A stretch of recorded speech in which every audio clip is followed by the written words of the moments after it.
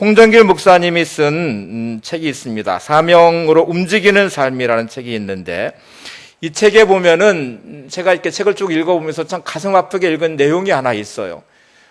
예수 믿는다는 게 도대체 어떤 의미일까? 우리 시대별로 이렇게 분석을 해놓았는데, 해방 전에 초창기에 복음이 들어와서 예수 믿는 사람들의 인생은 예수 믿고 나서 믿지 않는 사람들과 완전히 다른 인생을 살았습니다. 그래서 예수 믿는 사람들은 달라, 이런 말을 너무나 자연스럽게 했습니다. 그것이 때론 긍정적인 내용이든 비판적인 내용이든지 간에 예수 믿는 사람들은 인생이 완전히 달라졌어요. 가장 큰 핍박의 예로 제사 지내던 사람들이 제사를 안 지내게 되니까 예수 믿고 나서 미쳤나 봐. 어떻게 조상의 제사를 안 지내. 그리고 핍박도 많았죠. 근데 이 달라진 삶이 무슨 제사 문제를 뛰어넘어서 술 먹고 노름하던 사람이 술을 끊게 되고 노름을 하지 않게 되고 가정이 회복이 되고 삶의 회복이 되고 인생 자체가 변화되는 이 변화의 흐름의 폭이 엄청나게 커서 예수 믿는 사람들은 달라, 이런 말을 너무나 자연스럽게 하게 됐다는 거예요. 해방이 되고 나서는 좀 달라졌습니다. 사람들이 이렇게 말을 하기 시작했어요. 예수 믿는 사람들이 왜 저래? 예수 믿는 사람 어떻게 저럴 수가 있지? 이렇게 반문하면서 말을 하기 시작했다. 예수 믿는 사람이 완전히 달랐던 시대가 있었는데, 이제 예수 믿는 사람이 세상 사람들과 다르지 않는 행동을 하기 시작하겠어요. 그래서 믿는 사람을 보면서 어떻게 예수 믿는 사람이 저럴 수가 있지? 이렇게 말을 하기 시작했대요. 6.25 이후에는 이렇게 말이 바뀌었대요. 예수 믿는 사람이나 믿지 않는 사람이나 똑같아. 믿어봐야 무슨 소용이 있어? 저 사람이나 나나 똑같은데 다른 게 없는데. 지금은 어떻게 달라졌는지 아세요? 예수 믿는 사람들이 더해, 이렇게 바뀌어졌대요. 어떻게 예수 믿는 사람이 저럴 수 있어? 이런 정도를 뛰어넘어서 예수 믿는 사람들이 더해, 이렇게 바뀌어졌다는 거예요. 자, 이제 다시 되돌아가 볼게요. 예수 믿지 않는 사람들의 생활 양식은요, 내 생각대로 사는 게 당연합니다. 내 방식대로 삽니다. 세상의 가치를 따라 살아갑니다. 이게 너무나 자연스러운 생활 양식이에요. 내가 내 생각대로 내게 도움이 되는지 손해가 되는지, 나한테 이익이 되는지 피해가 되는지를 생각하면서 행동을 결정하게 되고 말을 하게 될 것이고, 인간관계를 맺을 때에도 저 사람이 나한테 도움이 되는 사람인가 손해가 되는 사람인가, 이렇게 기준에 따라서 관계를 맺기도 하고 관계를 단절시키기도 할 거예요. 자기 생각이 중요하고 자기 뜻이 중요하고 세상의 가치, 보편적 가치를 따라 살아가는 것이 잘 사는 인생의 보편적인 방법이었습니다. 예수 믿으면 어떻게 달라지나? 예수 믿으면 새로운 피조물이 됐기 때문에 내 생각대로 살면 안 됩니다. 하나님의 뜻대로 살아야 되는 사람들이에요. 세상의 가치를 따라 살아가면 안 됩니다. 하나님의 말씀의 가치를 따라 살아가는, 이것이 사명의 삶이죠. 예수 믿으면 나는 죽고 예수님이 내 안에 사셔서 예수님이 나의 구주, 주인 되셨다고 말하잖아요. 사도 바울의 고백처럼 십자가에 나는 못 박혀 죽었다고 말하고, 이제 내 안에 사시는 분은 예수님이 내 안에 사셨다. 이 말은 내 생각이 죽었다, 내 방식이 죽었다. 지금부터 내가 살아가는 삶의 방식은 내 생각, 내 방식이 아니라 하나님의 말씀의 방식에 따라서, 말씀 따라서 하나님의 뜻대로, 이제 내가 결정권이 나한테 있는 것이 아니라 하나님께 결정권이 있다. 내 인생의 주인은 내가 아니고 하나님이 내 인생의 주인이시다. 이렇게 고백을 하면서 살아가는 삶으로 바뀌는 거예요. 오늘 성경이 요구하는 대로 그리스도의 복음에 합당하게 생활하는 말씀은 아마 이런 의미가 될 거예요. 하나님 말씀하신 대로 제가 삽니다. 사명 따라 제가 살아갑니다. 관계를 맺을 때 제가 손해보면서도 이 관계를 통해서 하나님께 영광 돌리려고 합니다. 주님의 복음이 흘러가는 통로가 되고 축복의 통로가 되고, 그래서 내가 많은 사람들에게 감동을 주는 사람의 삶을 살고 싶습니다. 이런 다짐도 있고, 또 그런 삶의 모습으로 주변 사람들에게 감동을 주는 삶을 살고 있는지 한번 점검해 보셔야 되죠. 홍정길 목사님이 책 속에 이런 예를 하나 들었어요. 일제시대에 있었던 두 그리스도인에 대한 이야기인데, 두 사람이 신사참배를 거부하다가 재판을 받게 되고 이제 감옥 생활을 하게 된, 한 사람은 6년형을 언도받았고 한 사람은 8년형을 언도받았대요. 그들이 신사참배를 반대한 이유는 하나님만을 섬기는 그리스도인이기 때문에 우상 숭배할 수 없다. 그래서 자신들이 엄청난 피해를 당하고 감옥에 갇힐 줄을 알면서도 이제 믿음을 지키려고 신사참배를 거부했어요. 그래서 재판을 받아서 6년형을 살고 8년형을 살게 됐습니다. 재판이 끝나고 난 후에 6년형을 언도받은 사람이 벌떡 일어나더니 8년형을 언도받은 사람에게 큰 절을 하면서 이렇게 말을 했대요. 저는 당신이 정말 부럽습니다. 하나님 아버지 앞에 가서 상 받을 당신, 저보다 더 큰 상을 받을 당신을 제가 부러워합니다. 당신이 정말 부럽습니다. 이렇게 말을 했대요. 이 사람의 생활 양식은 이 땅에서 부귀영화를 누리는 게 아니었습니다. 이 땅에서 편안함을 추구하는 것이 아니었습니다. 하나님 말씀대로 삶을 살고 싶었고, 환난과 핍박과 어려움을 당하고 감옥에 갇혀 있을지라도 하나님께 영광 돌리는 삶을 소망했죠. 그리고 하늘의 가치를 따라서 정말 마음속 깊이 나보다 더 8년형을 사는 사람을 더 부러워하고 그 사람을 향해서 큰 절을 올릴 줄 아는 이런 마음이 있었다는 거잖아요. 그리스도인에게 합당한 생활 양식을 가진 사람들은 정말 부러워해야 될 대상들이 있습니다. 신앙생활을 잘하는 사람이 부러우셔야 돼요. 믿음을 지켜가는 사람을 부러워하셔야 되죠. 힘든 중에 감사하고 하나님을 찬양할 수 있는 사람을 보면서 참 부럽다. 나도 저렇게 살고 싶다. 주어진 사역에 헌신하며 충성되게 살아가는 신실한 하나님의 사람을 보면 부러우셔야 돼요. 기도를 열심히 하고 하나님 앞에 온전한 믿음으로 살아가는 사람들을 보면 부러우셔야 돼요. 열심히 전도하고 있고 주어진 삶을 늘 하나님의 뜻대로 살려고 몸부림치고 있는 사람을 볼 때 참 부럽다. 이런 마음이 우리 안에 있어야 되죠. 자, 마샬 맥루한이라는 분이 이런 말을 했어요. 대중매체의 발달과 지구촌의 형성은 감각 문화를 확산시켜 전통 종교와 기독교 윤리를 사회의 가장자리로 밀어내고 있다. 이 마샬 맥루한 사회학자인데, 대중매체의 발달하고 감각문화가 발달하면서 기독교의 가치관, 기독교의 윤리가 점점 세상의 가장자리로 밀려나고 있다. 사람들의 생각에서 점점 멀어지고 있다는 말이에요. 지금 세상 사람들은 이 대중매체가 발달하고 감각문화가 발달하고 세상의 이런 보편적인 가치나 문화는 점점 기독교 가치로부터 멀어지게 만들고, 예수를 믿어서 교회에 나오지만 기독교적 가치관, 성경적 가치관을 가지고 살기 어렵게 만드는 세상 가운데 우리가 살고 있습니다. 우리가 그런 가치를 따라 살면 안 되죠. 내게 주어진 삶의 자리가 생활 수준이 향상이 된다는 말이 돈 많이 벌어서 좀 편안해지고 인생의 목적을 돈에 두거나 권력에 두는 것이 얼마나 위험한 인생인지 성경은 이것을 대단히 경고를 하고 있습니다. 한번 성경을 보세요. 디모데전서 6장 9절 10절을 보겠습니다. 같이 보세요. 시작. 부하려는 자들은 시험과 올무와 여러 가지 어리석고 해로운 욕심에 떨어지나니 곧 사람으로 파멸과 멸망에 빠지게 하는 것이라. 돈을 사랑함이 일만하게 뿌리가 되나니 이것을 탐내는 자들은 미혹을 받아 믿음에서 떠나 많은 근심으로써 자기를 찔렀도다. 감각문화와 돈 중심의 이런 문화는 그리스도인의 생활 양식을 무너뜨리고 있습니다. 세상에 볼거리들이 많아지고 누릴 것이 많아지면서 점점 하나님을 만나는 시간이 줄어들고 있습니다. 말씀 보는 시간이, 예배드리는 시간이, 기도하는 시간이 점점 줄어들고 있어요. 지금 우리의 관심은 영혼을 향한 관심이든지 하나님을 향한 관심보다는 세상적인 관심이 더 많이 있고 내 자신에 대한 관심이 훨씬 더 많아요.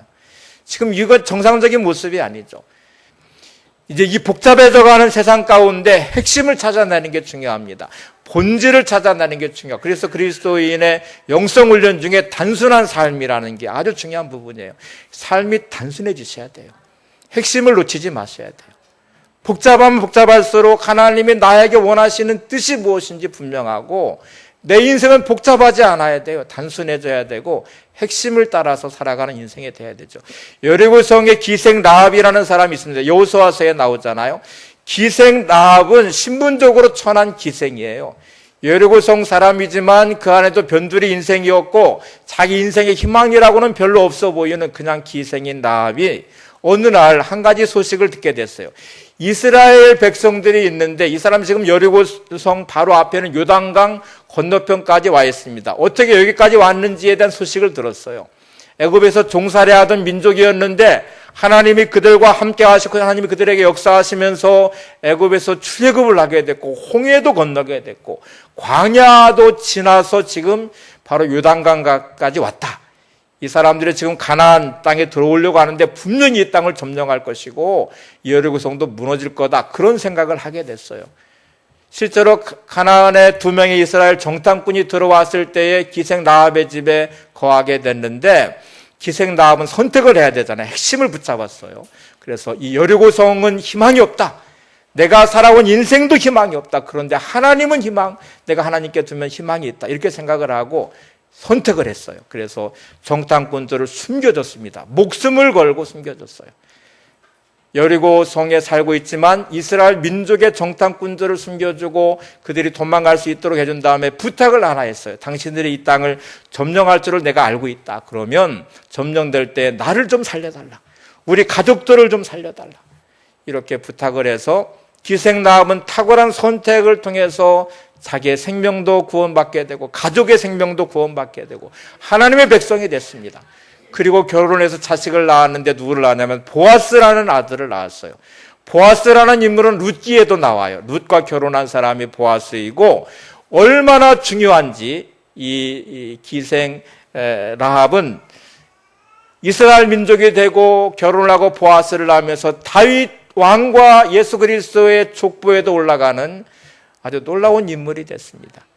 그러니까 주어진 상황에 복잡해지면 질수록 탁월한 선택이, 결정이 이렇게 인생을 바꾸고 그의 가족을 구원하는 놀라운 자리를 인도했다는 거죠.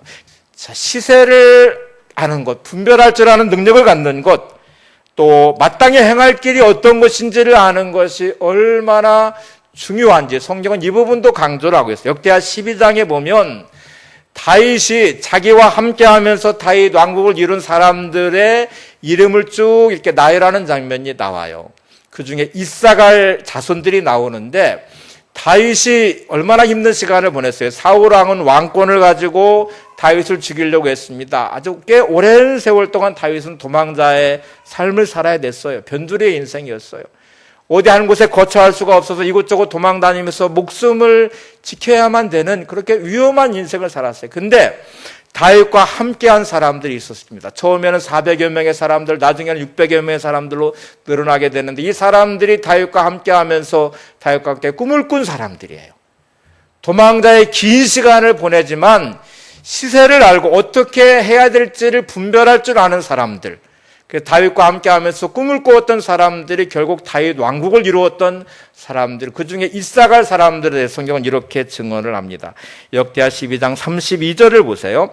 이사갈 자손 중에서 시세를 알고 이스라엘이 마땅히 행할 길을 아는 우두머리가 200명이니 그들은 그 모든 형제를 통솔하는 자이며, 시세를 알고 마땅히 행할 길을 아는 사람이 200명이었는데 이사갈 자손, 이 사람들이 다 우두머리가 되었다. 베드로전서 1장 24절에 보면 이런 말씀이 나와요. 우리 인생을 가리켜서 우리 인생은 풀과 같다. 그 영광은 풀의 꽃과 같다. 풀은 마르고 꽃은 시들어버린다고, 떨어진다고 말씀을 해요. 잘 보세요. 우리 인생이라고 하는 것은 풀과 같은 것이다. 이 땅에서 누리는 그 어떤 영광과 부귀영화도 다 꽃과 같은 것이다. 풀은 곧 시들어버릴 것이에요. 꽃은 떨어져 버릴 것이에요. 시편은 또 우리 인생을 아침 안개와 같다는 표현도 하잖아요. 이게 우리 인생이라는 게 이런 인생이면 그러면 인생에 무슨 의미가 있을까? 25절에, 베드로전서 1장 25절에 그런데 영원토록 세세토록 있는 게 있어요. 뭐가 있냐면 오직 주의 말씀은 세세토록 있도다 했으니 너희에게 전한 복음이 곧 이 말씀이니라. 오직 주의 말씀은 세세토록 있다. 너에게 전한 복음이 바로 이것이다. 하나님의 말씀만이 영원합니다. 하나님은 영원하십니다. 그러면 우리는 이제 결단을 하시고 선택을 하고 시세를 알고 마땅히 행할 것이 무엇인지를 알아야 되죠. 내 인생은 풀과 같은 인생이고 아침 안개 같은 인생이구나. 내가 이 땅에서 누리는 그 어떤 것들도 풀의 꽃과 같이 그냥 다 떨어져 버릴, 시들어 버릴 것들이구나. 그러면 나는 어떻게 살아야 될 것인가? 하나님 말씀을 따라서 살아가야 될 것입니다. 영원한 가치를 회복해야 될 것입니다.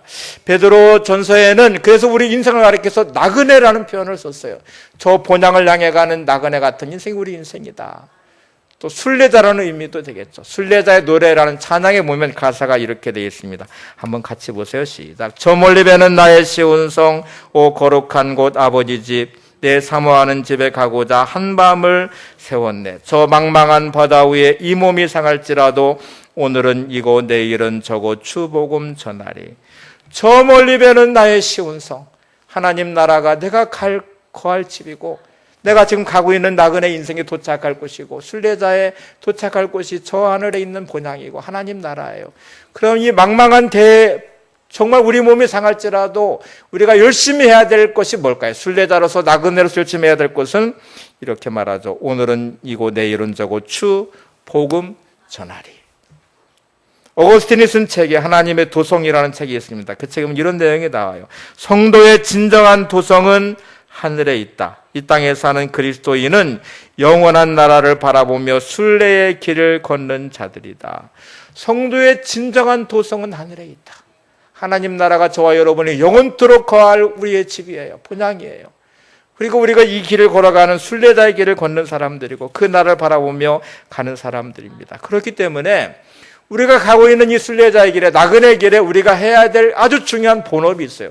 정말 중요한 일이 있어요. 순례자가 해야 될 중요한 일, 나그네 같은 우리 인생이 해야 될 중요한 일은 이 땅의 것을 추구하며 살면 안 되죠. 이 땅의 것은 다 불과 같이 시들어 버릴 것이고 꽃과 같이 다 떨어질 것들이기 때문에, 그러면 우리가 추구해야 될 영원한 우리의 과업, 본업이 뭘까? 주님의 복음을 전하는 거잖아요. 본업이라는 단어의 뜻은요, 이런 의미예요. 우리가 일생을 통해 반드시 이루어야 될 필생의 과업. 본업이 뭐라고요? 우리가 일생토록 반드시 이루어야 될 필생의 과업이에요. 만약에 전도를 하는 것이 내 인생의 필생의 과업이다, 이렇게 여러분의 생각을 가지셨으면 큰 변화 세 가지는 반드시 일어나셔야 됩니다. 하나님, 복음 전하는 게 내가 필생의 과업입니다. 내 본업입니다. 이렇게 생각하시면 첫 번째는 전도의 체질화와 생활화가 되셔야 됩니다.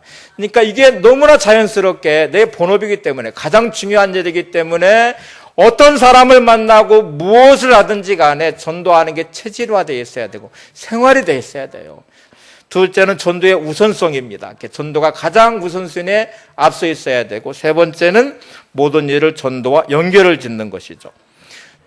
여러분 잘 한번 생각해 보세요. 내가 하고 있는 일들을 통해서 만약에 하나님이 나를 통해 역사하시고 나를 통해서 영광을 받으시고 나를 통해 복음이 전해지는 통로가 되게 하려면 여러분이 하고 있는 직업을 대충 일하시면 절대로 안 됩니다. 세상 사람들은 그러면 여러분을 손가락질하게 될 것입니다. 내가 하고 있는 일이 탁월하도록 최선을 다하고 많은 사람들에게 감동을 주고, 그 사람들이 나를 보면 예수 믿는 사람은 역시 달라. 사람들이 다 요령을 피우는데 정직하게 최선을 다하고 있어. 열심히 하고 있어. 정말 우직하게 최선을 다하고 있어. 이렇게 감동을 받아야 전도가 되지 않겠어요? 장사나 사업을 하시는 분들은 적자를 보면 안 돼요. 반드시 돈이 남도록 해야 되죠. 근데 내가 돈을 벌겠다고 생각하고 사람을 이용하는 수단으로 삼아서 사람을 이용하시면 안 돼요. 그러면 손가락질 당합니다. 사람을 존중하고 그 사람을 잘 섬기고 또 잘 대해야 되겠죠. 하고 있는 일에 대해서 내가 정말 마음을 다해 최선을 다하는 것은 내 본업인 영혼을 구원하고 전도하는 일에 너무너무 중요한 일입니다. 골로새 3장 23절을 보세요. 그리스도께서 이렇게 요청을 합니다. 무슨 일을 하든지 마음을 다하여 주께 하듯 하고 사람에게 하듯 하지 말라. 무슨 일을 하든지 마음을 다해서 해라. 주께 하듯 해라. 사람에게 하듯 하지 말아라. 그게 우리 그리스도인들의 생활의 중요한 모습입니다. 내가 직장생활을 하든 장사를 하든 사업을 하든 마음을 다하셔야 되고 주께 하듯 하셔야 되죠. 이해관계에 따라서 내 자신의 생각과 방법으로 다른 사람을 이용하지도 마셔야 되고 대충 요령 피우면서 하지도 마셔야 되죠. 조지 포먼이라는 사람이 세계 헤비급 복싱 챔피언이 된 사람인데, 조지 포먼의 말 중에 이런 말이 있습니다. 나에게 복싱은 바울의 텐트 만드는 일과 같다. 사도 바울은 천막 짓는 일을 하였지만 그의 본업은 어디까지나 복음 전도였다. 나의 소명과 본업은 복음 증거이다. 내가 탁월하게 해서 세계 챔피언이 되지만 그러나 나의 본업은 복음을 전도하는 것이다. 복음 전화, 이게 내게 중요한 본업이라고 생각하고, 이 과정을 통해서 예수 믿는 사람이 어떻게 다른지, 내가 이걸 통해서 인기를 얻고 만나는 사람들에게 내가 얻은 이 물질의 부여함을 통해서 어떻게 복음을 전할 것인지 이 사람은 거기에 관심을 두고 권투를 했다는 거예요. 나중에 목사님이 되셨어요. 목사가 되고 나서도 또 챔피언 도전에 또 나갔었어요. 권투를 했던 사람이기도 해요. 자, 여러분 이 시간 이제 본업에 대한 것이 선명해졌으면 변화가 돼야 되잖아요. 어디서부터 변화가 돼야 되냐면 생각에서부터 변화가 되셔야 돼요. 생각과 마음의 변화가 일어나셔야 돼요. 생각이 바뀌지 않으면 삶은 절대로 바뀌지 않습니다. 이 시간 내 마음속에 목사님 아무리 그렇게 말해도요, 저에게는 돈이 중요해요. 세상의 명예와 권력이 중요해요. 지금 내가 살아가는 삶의 방식과 양식을 제가 바꿀 수가 없어요. 이렇게 생각하면 도루묵이에요. 문 밖에 나가는 순간에 아무 소용이 없어져요. 이 시간에 결단을 하셔야 됩니다. 하나님, 제 생각을 바꾸겠습니다. 제 마음을 바꾸겠습니다.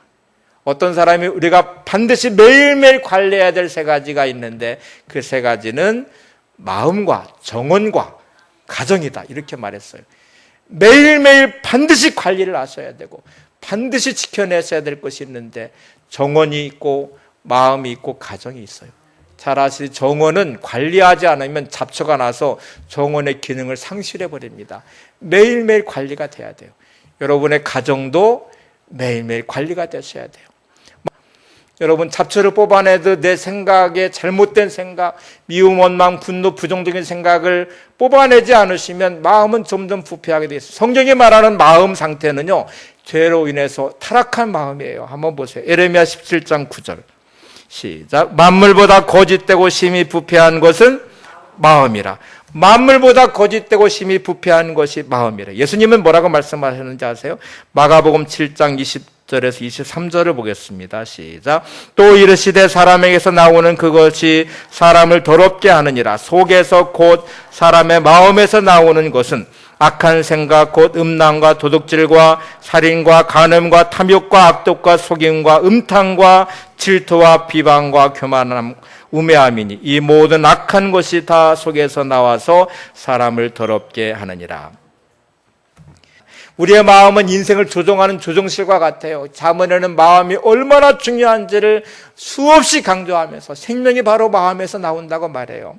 고든 맥도날드라는 신학자는 이렇게 말을 했습니다. 생각과 마음은 우리 삶의 조종실이다. 창조주 하나님은 우리의 생각과 마음에서부터 외부 세계로 지향할 때 가장 안전하게 항해할 수 있도록 우리를 설계하셨다.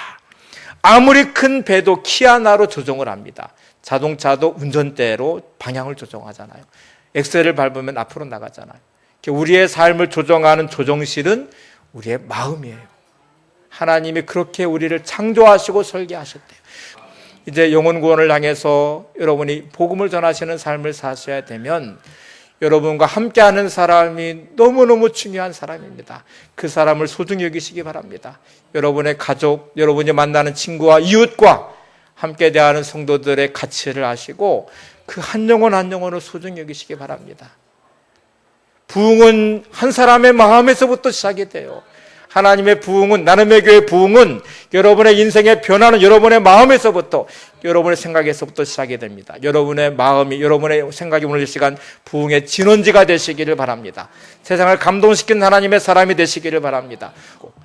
내가 나가서 막 복음을 전하는 그런 전문적인 전도자는 아니지만 하나님, 내가 지금 만나고 있는 나의 가정의 식구들, 남편, 아내, 내 자녀들, 내가 지금 사회에서 만나고 있는 저 사람들, 예수 믿지 않는 저 사람들, 하나님이 나를 통해 복음이 증거되길 원하시는 이 소중한 마음을 제게 주셨습니다. 이 변화가 오늘 내 안에서 시작되길, 또 사람을 대할 때 그런 가치를 따라 대하시면 이제 이 변화가 시작될 것입니다. 여러분으로부터 이 부흥이 임하시기를 바랍니다. 부흥의 진원지가 되는 인생이 되시고 나눔의 교회 부흥이 여러분들로부터 시작되시기 바랍니다.